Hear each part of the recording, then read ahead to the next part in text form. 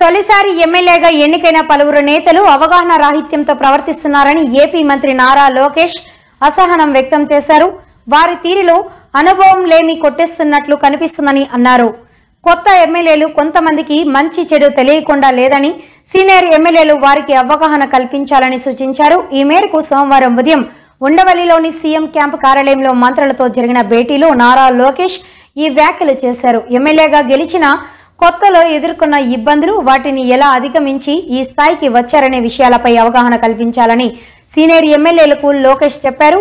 వరుస విజయాలు సాధించాలంటే లోటుపాట్లు సరిచేసుకోవాలని కొత్త ఎమ్మెల్యేలకు హితవు పలికారు.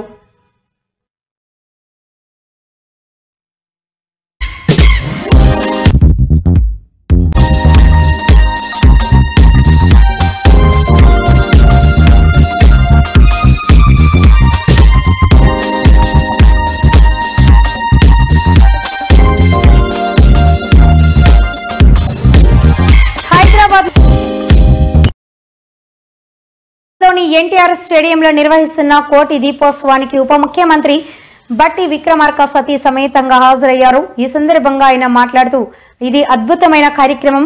అజ్ఞానం అనే గాఢాంధకారం నుంచి బయటకు తీసుకువచ్చే దీపాలు వెలిగించే కార్యక్రమం అనేక దశాబ్దాలుగా మన సంస్కృతిలో ఉంది. సమాజాన్ని, తమను తాము, కుటుంబాన్ని చల్లగా